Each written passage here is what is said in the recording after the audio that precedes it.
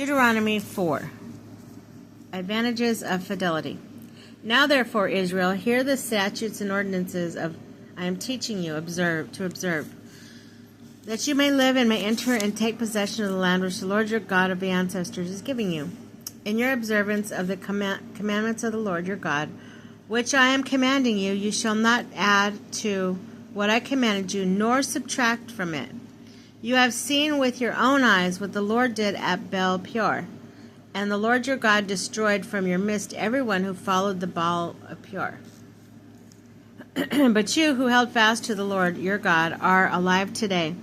See, I am still teaching you the statutes and ordinances as the Lord my God has commanded me, that you may observe them in the land you are entering to possess. Observe them carefully, for this is your wisdom and discernment in the sight of the people who will hear of all these statutes and say, this great nation is truly a wise and discerning people. For what great nation is there that has gods so close to it as the Lord our God is to us, whenever we call upon him? Or what great nation has statutes or ordinances that are just as this whole law which I am setting before you today? Revelation at Horeb. However, be on your guard and be very careful not to forget the things your own eyes have seen, nor let them slip from your heart as long as you live, but make them known to your children and to your children's children. That day you stood before the Lord your God at Horeb, when the Lord said to me, assemble the people for me, that I may let them hear my words, and that they may learn to fear me as long as they live in the land, and may so teach their children. You came near and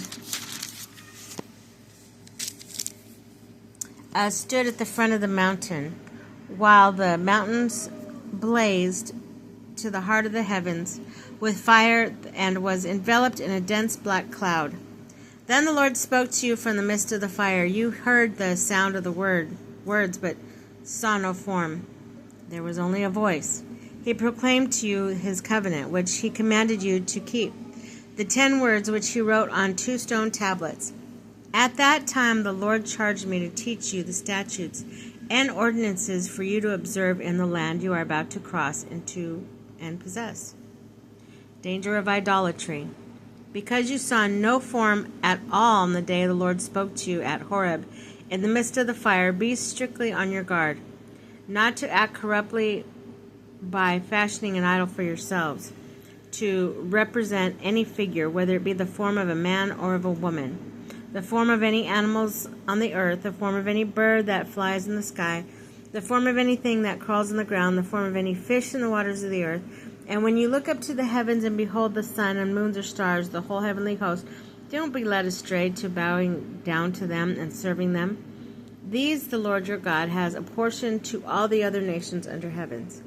But you the Lord has taken and led it out of that iron foundry, Egypt, that you may be his people, his heritage, as you are today. But the Lord was angry with me on your account, and swore that I should not cross the Jordan, nor enter the good land which the Lord your God has given you as a heritage. I myself shall die in this country. I shall not cross the Jordan, but you are going to cross over and take possession of that good land. Be careful, therefore, lest you forget the covenant which your Lord your God has made with you, and fashion for yourselves against his command an idol in any form whatsoever. For the Lord your God is a consuming fire, a jealous God. God's fidelity and love. When you have children and children's children, and have grown old in the land, should you then act corruptly by fashioning an idol in the form of anything, and by this evil done in his sight provoke the Lord your God? I call heaven and earth this day to witness against you, that you shall quickly perish from the land which you are crossing the Jordan to possess. You shall not live in it for any length of time, but shall be utterly wiped out. The Lord will scatter you among the peoples, and there shall remain but a handful of you among the nations to which the Lord will drive you. There you shall serve gods that are the works of human hands.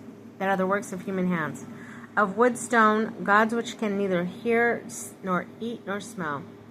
Yet when you seek the Lord your God, from there you shall indeed find him. You search for him with all your heart and soul. In your distress, when all these things shall have come upon you, and you shall finally return to the Lord your God, and listen to his voice, since the Lord your God is a merciful God.